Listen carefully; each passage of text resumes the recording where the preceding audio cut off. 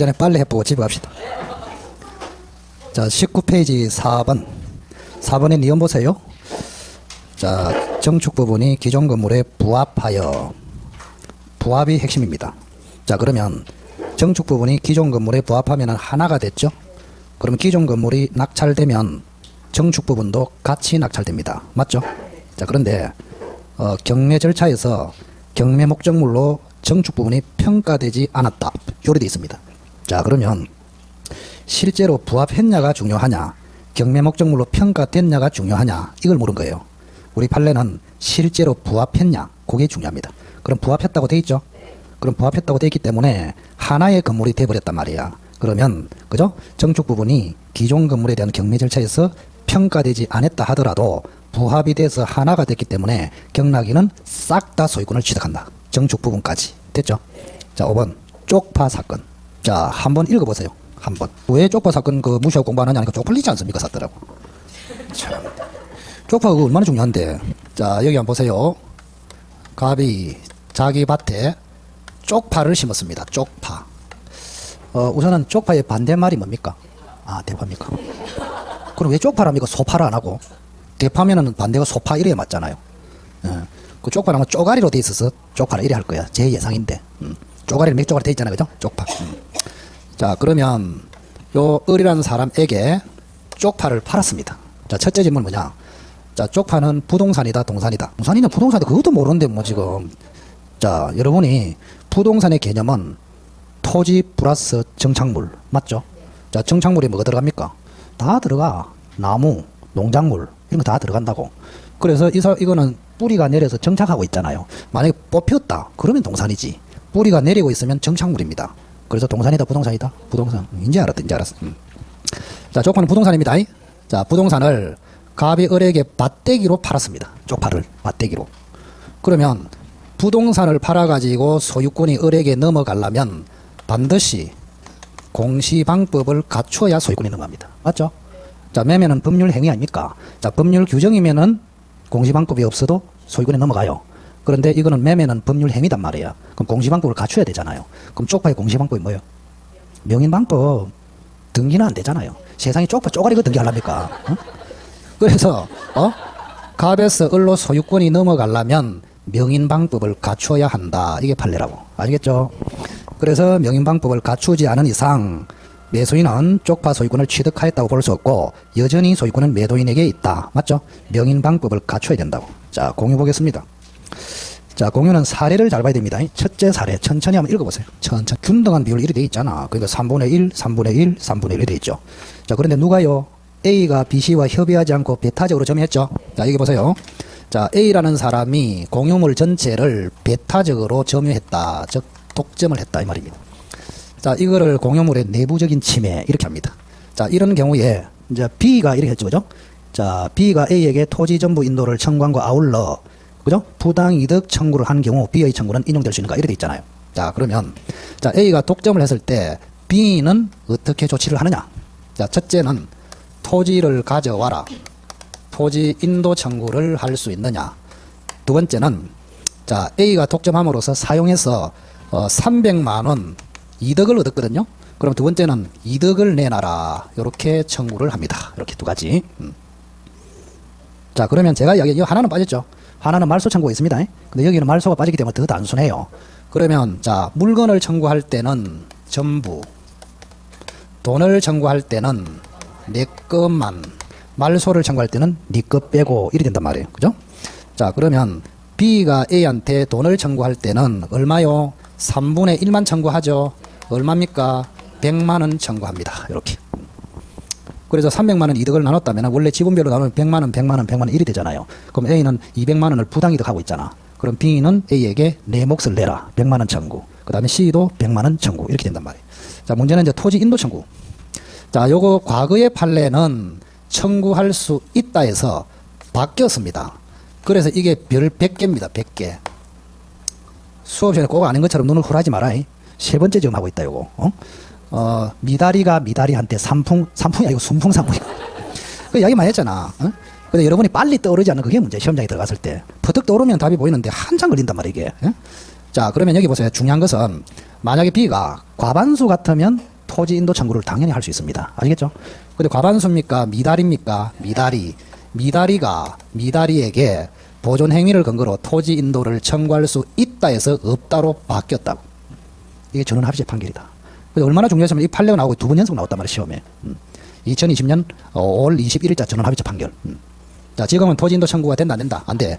미달이에게 토지 인도 청구, 즉, 나에게 토지를 가져와. 그건 안 돼요. 과거에는 됐는데 지금은 된다, 안 된다? 안 됩니다. 그럼 지금은 어떻게 하느냐? 자, B가 A한테 토지를 가져와. 그건 안 돼. 대신에 배타적 점유를 풀어라. 이렇게 청구합니다. 그걸 뭘 한다고? 방해 금지 청구, 방해 제거 청구, 그것만 할 수 있다고. 인도 청구는 된다, 안 된다? 안 됩니다. 조심하시고. 자, 그러면 답은 뻔하죠. 자, 보세요. B가 A에게 토지 전부 인도를 청구함과 아울러 차임상량의 부당이득 청구를 하는 경우에 B의 청구는 인용될 수 있는가? 인용됩니까? 청구할 수 있습니까? 전부 인도를 청구할 수 없죠? 그럼 부당이득 청구는 할 수 있습니까? 할 수 있죠. 그거는 내 것만 가져와. 이게 되잖아요. 밑에 읽어볼 필요도 없어. 그걸 자꾸 뭐 읽어본다고 되는 게 아니고, 요걸 보고 딱 이해를 해야 된다고. 다시 한번. 미다리가 독점을 해가지고 부당이득 300만원을 지가 차지하고 있다고. 그럼 B 입장에서는 억울하겠죠. 그럼 B나 C는 뭔가 조치를 취해야 되잖아요. 그럼 토지를 가져와. 이건 안 됩니다. 대신에 독점하지 마라. 방해 제거 청구, 방해 금지 청구만 할 수 있다. 그 다음 B, C는 A 보고 돈 내라 이럴 수 있잖아요. 그럼 돈 내라 할 때는 내 것만. B도 100만원 청구, C도 100만원 청구 이래 된다고. 자, 뒤로 넘겨봅시다. 두 번째 사례. 자, 두 번째 사례 한 번 더 그려보겠습니다. 똑같이. 근데 읽어보니까, 거기 보니까 BC가 작당을 해가지고, BC가 작당을 하고 A를 왕따를 시켜서 공유물 전부를 D에게 임대를 했다. 이래 돼 있습니다. 맞죠? 임대를 했다고. 그래서 이 사람이 임차인입니다. 자, 임대차 내용을 보면은, 월세가 30만원, 보증금이 3천만원이야. 요렇게. 자, 그러면 B씨한테 30만원 하고 3천만원 줬겠죠? 자, 이런 경우에 왕따가 된 A는 어떻게 구제받겠는가? 이렇게 묻고 있습니다. A는. 자, A는 D를 상대로. 자, 요거 잘 보세요. 임대차는 보존입니까? 관리입니까? 관리. 자, 공유물을 관리할 때는 과반수가 돼야 합니다. 맞죠? 그리고 두 사람이 작당했으니까 3분의 2죠. 과반수 맞죠? 그럼 임대를 할 수 있죠? 그래서 임대차는 적법입니다. 그럼 임차인은 적법한 점유자가 됩니다. 이렇게.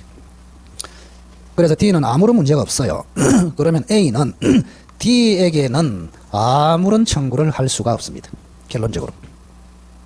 그 밑에 이제 나와 있습니다. 자, 거기 보세요. 1번에 동그라미 1번에 맨 밑에 따라서 A는 임차인 D를 상대로 토지 반환을 청구할 수 있다 없다? 없어요. 그럼 여기 보세요. 다시 한번. 자, 왕따가 된 A는 임차인 D에게 토지 반환도 청구할 수 없고 부당이득 반환도 청구할 수 없고 그냥 아무런 청구를 못합니다. 그냥 이렇게. 왜? 과반수 사람으로부터 임대차를 했기 때문에 적법하단 말이야. 근데 이 사람은 아무런 문제가 없어요. 그럼 A는 억울하면은 B한테 가서 멱살 잡아라 이런 이야기도. B씨한테 가가지고. 응? 자, B씨한테 가지고 B씨는 얼마의 이득을 취했습니까? 자, 보증금은 이득이 아니죠. 돌려줘야 되기 때문에, 그죠? 30만원 이득을 취했죠. 그럼 원래는 30만원 취득하면 안 되잖아요. 10만원, 10만원, 10만원 이래야 되잖아요. 그죠? 그런데 이게 30만원 먹었다, 이가. 그래서 A는 B씨 찾아가가지고 얼마를 청구할 수 있다? 10만원 내놔라. 이렇게 청구할 수 있습니다. 이렇게. 간단하게. 뭐 이거 못하겠나, 간단한데. 밑에 해설은 좀 복잡해 보이는데 읽어보면 아무것도 아니야. 자, 그래서 요 두 개를 훈련을 좀 하시기 바랍니다. 훈련. 자, 우선은 미다리 사건, 임대차 사건. 요 두 개가 항상 시험에 나옵니다. 항상. 자, 한 번 더 봅시다. 미다리가 독점했을 때 또 다른 미다리가 토지 인도는 청구할 수 없다. 뭐를 청구한다? 방해 제거 청구, 방해 금지 청구. 그 다음, 이 B는 A에게 돈을 청구할 수 있죠. 자, 돈을 청구할 때는 내 것만. 만약에 300만원 A가 이득을 누렸다면은 B는 100만원, C도 100만원 청구. 그 돈 청구는 내 것만. 자, 그것만 훈련하시면 됩니다. 나머지는 필요 없고. 자, 그 다음에 20페이지에 4번 보세요. 자, 공유물 분할이 나옵니다. 분할. 자, A가 3분의 1, B가 3분의 1, C가 3분의 1. 자, 분할을 합니다. 자, 우선은 분할 방법은 협의로 분할할 수 있다. 첫째는. 그런데 협의가 성립하지 않으면 뭐로 분할한다? 재판상 분할을 합니다. 재판상 분할. 재판상 분할한다는 말은 분할의 소송을 제기한다. 그런 뜻입니다. 분할의 소. 자, 그러면 자, 분할의 소를 제기하려면 협의가 성립되지 않아야 합니다. 맞죠? 그런데 만약에 시험에 기출이 이미 됐어. 협의가 성립이 됐으나 성립은 됐는데 협의 분할에 협조를 안 해요. 이렇게. 자, 이런 경우에 분할의 소를 제기할 수 있다. 그러면 X입니다. 왜? 분할의 소가 되려면 성립 자체가 안 돼. 아시겠죠? 성립이 안 돼야 이쪽으로 갈 수 있다고. 근데 여기는 성립이 됐잖아요. 성립이 됐기 때문에 재판상 분할로는 못 갑니다. 대신에 협조하라는 이행의 소를 제기해야 됩니다. 아시겠어요? 이행의 소. 이렇게. 자, 그게 4번이 되겠습니다. 자, 협의는 성립됐는데 협조를 하지 않으면 분할의 소를 제기할 수 있냐? 할 수 없다. 분할의 소는 제기할 수 없고 뭐를? 이행의 소를 제기해야 된다. 그래서 끝에 보면은 이전 등기 청구를 하든지 확인을 청구해야지 분할을 청구하거나 분할의 소를 유지하는 것은 허용되지 않는다. 즉 이행 쪽으로 가야지 분할 쪽으로 가서는 안 된다. 아시겠죠? 자, 그 다음 5번에 6번은 볼 필요가 없고요. 자, 5번 한번 다시 읽어보세요. 별거 아니다. 별거 아니라. 한번 보시기 바랍니다. 자, 9천만 원짜리 토지를 세 사람이 공유하고 있거든요. 그럼 세 사람은 3천만 원, 3천만 원, 3천만 원 가치를 가지고 있습니다. 맞죠? 자, 그런데 갑이라는 은행에서 2천만 원을 C에게 대출하고 요 3천만 원짜리 C의 지분에다가 저당권을 잡았습니다. 이렇게. 자, 지분은 저당권의 객체가 될 수 있나요? 있지. 자, 저당권의 객체 또 한번 해볼까? 저당권의 객체는 4개. 부동산, 지상권, 전세권, 지분. 이렇게. 그래서 요 저당권은 요 C의 3분의 1을 저당으로 잡은 것입니다. 자, 그러면 하나 물어볼게요. 그러면 저당권의 효력은 토지 전체에 미친다. OX. O. 왜 그러냐? 자, 하나 물어볼게요. 자, C가 3분의 1의 지분을 가지고 있죠. 그럼 여기는 누가 소유한다? 됐고. 여는 누가 소유한다? 요는 누가 소유한다? 그래. 모든 것을 같이 소유한다. 이게 공유라고. 그럼 C는 지분은 3분의 1이지만 전체를 소유하고 있다고. 아시겠죠? 그래서 이 저당권의 효력은 토지 전체에 미칩니다. 이렇게. 자, 그 다음 두 번째. 그런데 분할을 했어, 이제. 분할을 딱 했어. 자, 분할을 해버리면 C의 토지는 여기로 되죠, 그죠? 그러면 저당권의 효력도 C의 토지로 집중될까요? 원래대로 전체에 미칠까요? 원래대로 전체. 집중되지 않는다. 이런 이야기입니다. 5번. 자, 지상권 넘어갑니다. 자, 21페이지. 자, 1번도 시험에 잘 나와요. 기존 건물의 사용. 자, 그게 무슨 말이냐? 자, 여기 한번 보세요. 자, 갑이 땅을 소유하고 있거든요. 우리 지상권을 3월 1일 날 취득했고, 지상권을 취득한 다음에 5월 1일 날 집을 지었습니다. 이렇게.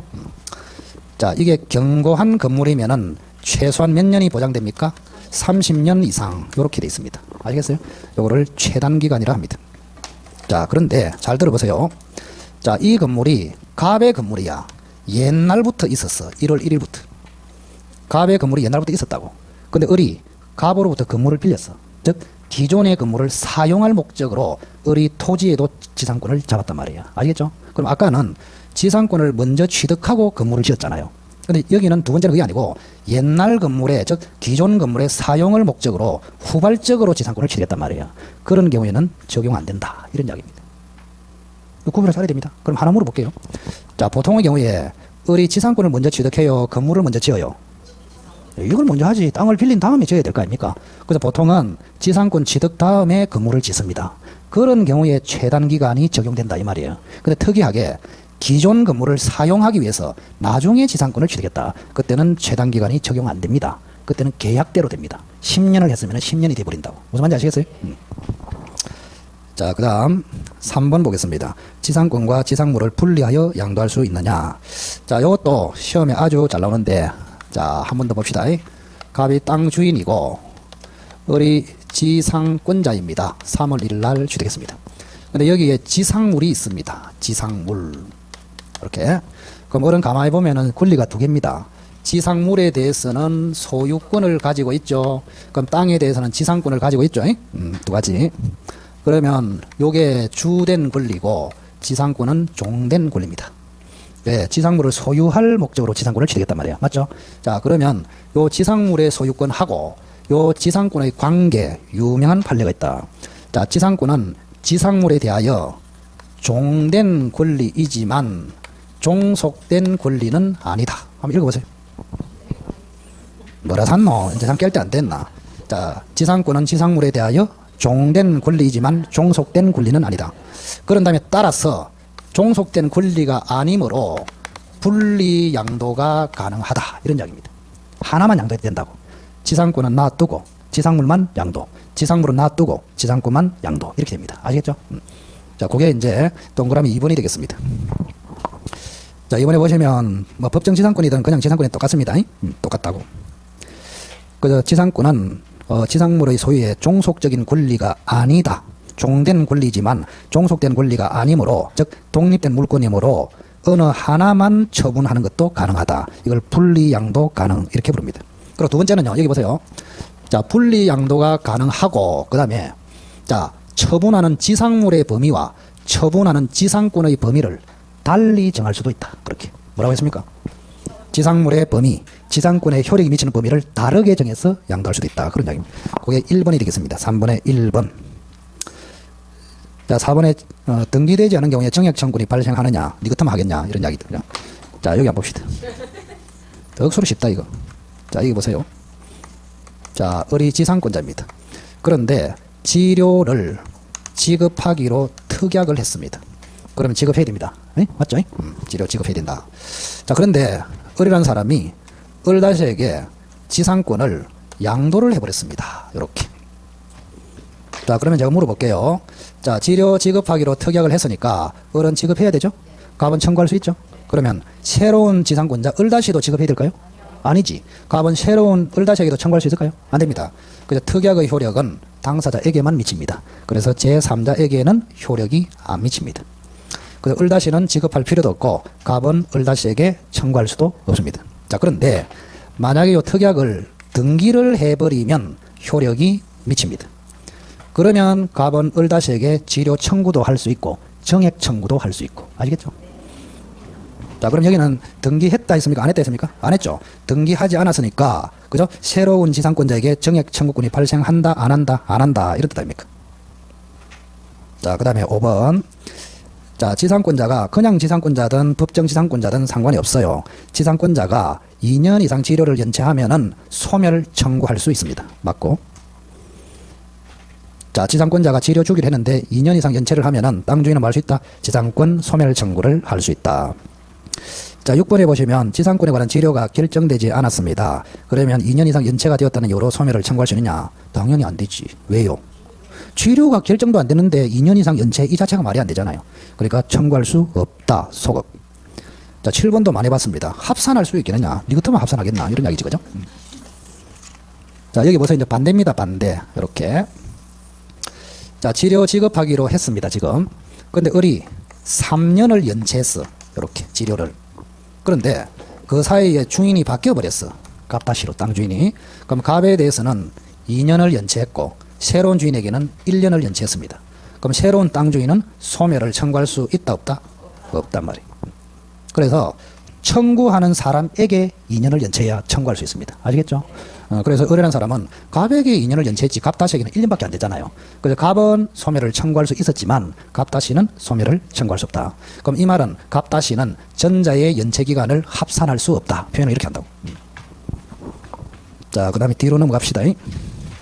법정 지상권. 자, 별로 중요하지 않은 것은 참고로 읽어보시고. 자, 2번 보겠습니다. 우리가 법정 지상권은 가장 기본이 뭐냐?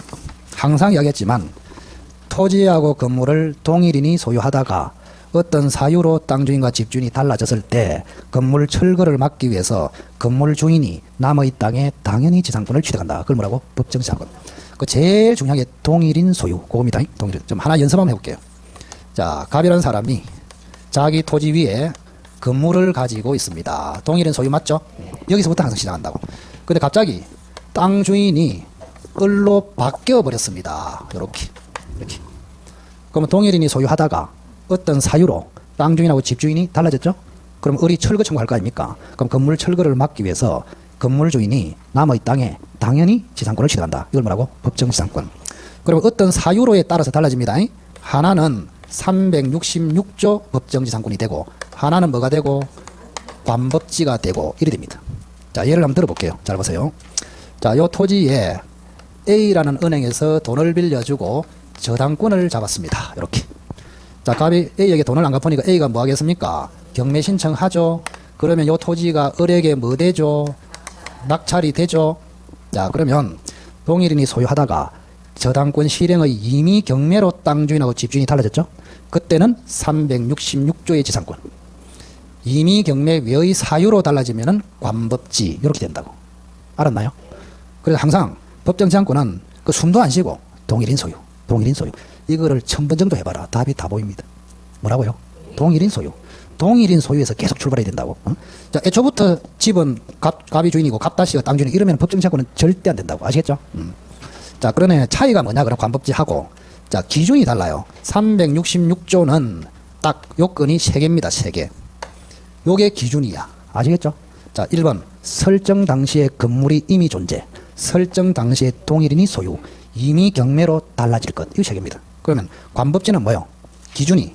일단 이미 경매 외죠. 그걸 처분이라고 일단 하겠습니다. 그럼 처분 당시에 건물이 존재. 처분 당시에 동일인이 소유. 이미 경매 외의 사유로 달라질 것.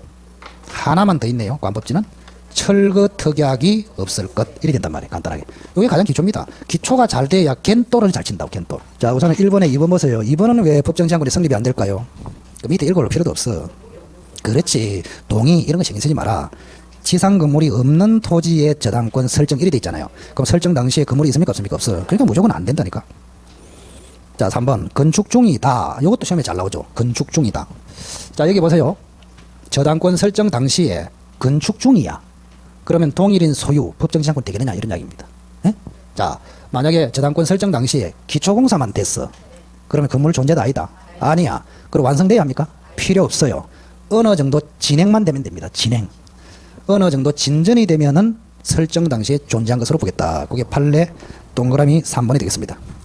자, 건축 중인 경우에 법정지상권이 성립하는 여부. 자, 거기 보세요. 건물의 규모나 종류를 예상할 수 있는 정도까지 진전이 돼 있다면 법정지상권은 성립한다. 그렇게. 자, 그 다음에 동그라미 4번, 동그라미 5번은 묶으시고. 자, 그거는 우리가 4대 판례 기억납니까? 멸실 후 신축, 철거 후 신축 사건입니다. 멸실 후 신축, 철거 후 신축. 자, 그러면 몇 번 했는데 한 번 더 해볼까? 연습으로. 자, 오늘은 확실히 한번 따져보시기 바랍니다. 나중에 그래서 여러분이 9월달에 모의고사를 계속 치거나 9월달 가면 매일 시험 치거든요. 제가 출제를 하고 9월달에 오면은 매일 시험 칩니다. 여러분 올 때마다. 그럼 제가 이제 미리 복사를 해놨다가 여러분한테 나눠주고 여러분이 시험 치고 내가 답 불러주고 여러분이 하고 좀 쉬었다가 해설하고 이렇게 됩니다. 그죠? 그게 9월달부터 시작됩니다. 9월달부터. 안 하려면 7, 8월달에 잘해라. 이 말이면 잘해라. 자, 멸실 후 신축 사건. 자, 여기 한번 봅시다. 하여튼 간에 민법은 그림이 땅머리에 떠올라 있대요. 자, 4월 1일 날 건물이 됐고 요 토지에 A라는 사람이 돈을 빌려주고 저당권을 잡았습니다. 그럼 벌써 느낌이 동일인 소유가 맞죠? 자, 저당권 설정 당시에 이미 건물이 존재 맞죠? 그럼 이건 딱 보니까 땅 주인과 집주인이 달라지면 법정지상권이 되는 건물입니다. 일단은 봤을 때. 자, 그러면 자, 여기 잘 보시면 이 건물이 멸실이 됐단 말이야. 멸실. 아시겠죠? 또는 철거가 됐어. 철거가 되고 똑같은 곳에 건물이 다시 들어섰습니다. 6월 1일 이렇게. 그런 다음에 A가 경매를 신청했어. 그러면 이 토지가 을에게 낙찰이 됐습니다. 땅 주인이 을로 바뀌었습니다. 이렇게. 그럼 땅 주인은 을이죠. 건물 주인은 갑이죠. 그럼 을이 이제 철거 청구 들어가겠죠. 그러면 이 건물을 위해서 법정지상권이 되면은 철거 안 되고 법정지상권이 안 되면 철거되고 이렇게 된단 말이에요. 자, 그러면 아까 노란 건물은 저당권 설정 당시에 존재했잖아요. 그러니 노란 건물을 위해서는 법정지상권이 된다고. 그런데 지금은 하얀 건물이 있잖아요.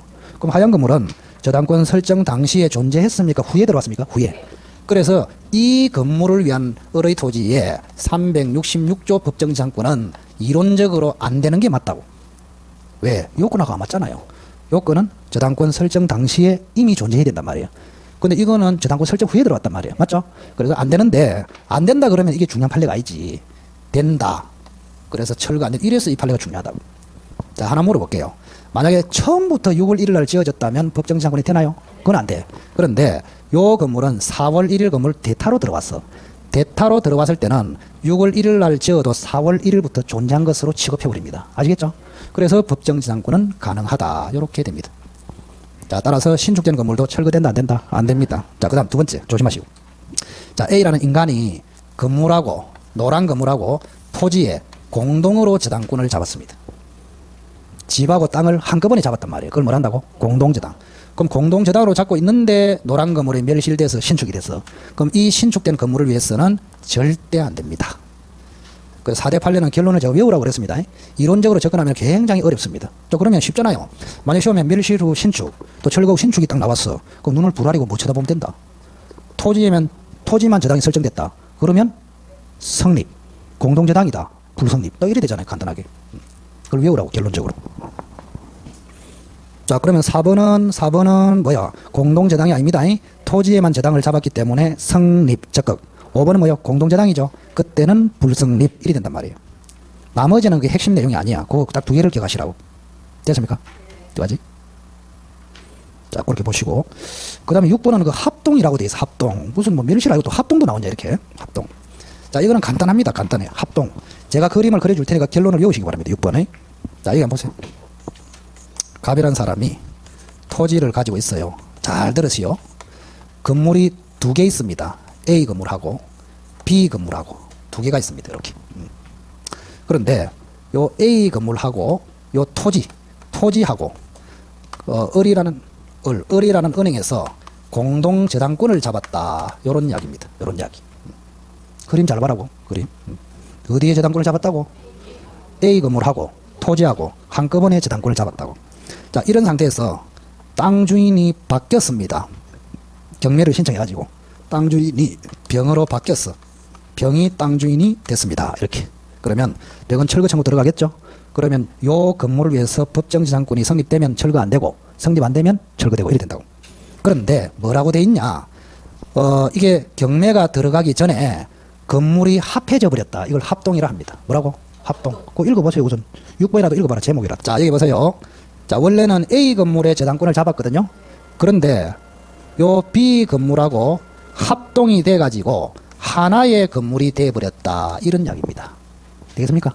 자, 그런 상태에서 토지가 경매돼가지고 낙찰이 됐습니다. 이렇게. 그러면 이 건물 주인 갑은 요 합동된 전체 건물을 위하여 법정지상권이 가능하겠냐. 이런 이야기입니다. 결론은 된다. 이렇게. 왜? 저당권 설정 당시에 이미 존재했고, 그래서 합동이 되면 하나가 돼버립니다. 아시겠죠? 그래서 B가 A에 붙어도 똑같단 말이야. 그래서 어쨌든 여기 이제 헷갈리는 게 뭐냐면은 5번하고 6번하고 헷갈려가지고 공동저당이 나오니까 무조건 불성립이네. 이래 보면은 인생이 끝이다. 자, 5번은 멸실 후 신축 사건이고 6번은 합동 사건입니다. 멸실된 게 없잖아. 여기는. 맞죠? 그 헷갈리지 말라고. 그래서 합동 사건은 자, 원래는 A 건물하고 토지의 저당을 잡았는데, 그죠? B 건물하고 A 건물하고 합쳐져 버렸어요. 합동 건물. 그런 상태에서 땅이 낙찰이 됐어. 그러면 이 하나 건물 전체를 위해서 법정지상권을 취득합니다. 그러면 병이 철거 청구해도 A, B 합해진 것 전부가 철거된다. 막을 수 있다. 막을 수 있다. 그런 이야기입니다. 결론만 기억하시면 되죠. 적극. 이렇게. 자, 그 다음에 뒤로 넘겨보시고 2번. 자, 3번은 참고하시고, 자, 이번에 낙찰 전 건물 양도 사건. 이게 공포입니다. 공포. 여러분한테. 맨날 해도 헷갈리는 거. 정말 오늘 마지막이다. 절대 안 해줍니다. 자꾸 하니까 또 하겠지 싶어가지고 신경을 안 써. 신경. 자, 제목이 뭐라고요? 낙찰 전 건물 양도 사건. 자, 그림을 잘 보세요. 자, 갑이 토지 위에 건물을 가지고 있다. 항상 시작은 똑같습니다. 근데 이 토지에 A라는 사람이 돈을 빌려주고 저당권을 잡았습니다. 그런데 A가 경매를 신청하기 전에, 즉 토지가 낙찰되기 전에 건물이 을에게 양도가 돼버렸습니다. 집주인이 을로 바뀌었습니다. 6월 1일 날. 이렇게 됐어. 자, 우선 이 그림을 보고 제목을 기억해내야 됩니다. 이걸 뭘 한다고? 토지 낙찰 전 건물 양도 사건. 자, 그러면 지금 우선은 하는 첫째 질문. 지난번 했는데 답을 하려면 모르겠다. 자, 땅 주인은 갑이죠. 건물 주인은 을이죠. 철거됩니까? 자, 을에게 이 땅에 법정지상권이 되면은 철거 안 되고, 법정지상권이 안 되면 철거되겠죠? 자, 법정지상권 될까요? 됩니다. 왜? 요 양도는 일종의 처분 아닙니까? 처분 당시에 건물이 존재. 처분 당시에 동일인이 둘 다 소유. 이미 경매의 사유로 집주인과 땅 주인이 달라졌다. 요건이 똑같죠? 그래서 을은 갑의 토지에 뭐를 취득한다고? 관법지를 취득합니다. 6월 1일 날. 자, 그러면 잘 보세요. 요런 상태에서 A가 경매를 신청해 버렸어. 토지에. 그럼 요 토지가 병한테 낙찰이 됩니다. 낙찰. 이제 눈이 돌아왔습니다. 축하합니다. 축하해요. 자, 그럼 현재 땅 주인은 병이죠. 현재 집주인은 을이죠. 그러면 병은 을에게 철거 청구하겠죠. 그럼 을은 법정지상권을 여기 가지면 철거를 막을 수 있단 말이야. 자, 을은 법정지상권을 가질까요? 가집니다. 자, 우선은 그보다 더 중요한 게 여기 보세요. 자, 갑의 토지에 두 사람이 권리를 가지고 있습니다. 을은 지상권을 가지고 있고 A는 저당권을 가지고 있죠. 맞죠? 자, 갑의 토지에 A는 저당권, 을은 지상권 이렇게 가지고 있어요. 요게 후순위죠. 맞잖아요. 5월 1일, 6월 1일. 그러면 선순위 저당권이 실행됐죠? 표현을 한번 해보세요. 선순위 저당권 실행. 그러면 후순위 용의권은 즉시 소멸합니다. 이렇게. 그래서 토지가 낙찰되면은 기존의 을이 가졌던 관법지는 바로 소멸해버려요. 대신에 집주인은 낙찰자 토지에 새롭게 366조 법정지상권을 취득합니다. 이렇게. 자, 왜 그럴까요? 또 해보면 되지. 아까 366조는 세 가지 요건이 필요하다고 그랬죠? 한번 해볼까? 설정 당시에 건물이 존재. 자, 설정 당시에는 갑이 둘 다 소유했잖아요. 설정 당시에 동일인 소유 맞죠? 그 다음에 저당권 실행은 이미 경매로 땅 주인과 집주인이 달라졌다. 요건 딱 맞잖아요. 그래서 낙찰자가 철거하더라도 철거된다 안 된다? 안 된다. 이게 이제 15회 때 시험에 나오는데 어디 나오냐? 요거를 사례 문제 내고 병이 을에게 철거를 청구했을 때 을의 주장으로 옳은 것을 골라라. 정답은 366조 법정지상권을 주장해서 철거를 막을 수 있다. 그게 답이었단 말이에요. 오케이? 그래서 약간 복잡해 보여서 이게 기억이 잘 안 된단 말이에요. 이게. 그래서 제가 이런 것들은 자기가 써봐라고 제발하고 써봐야 된다. 됐습니까? 그렇게 보시고. 자, 관법지는 좀 이따 할까요? 좀 쉬었다 갑시다. 관법지.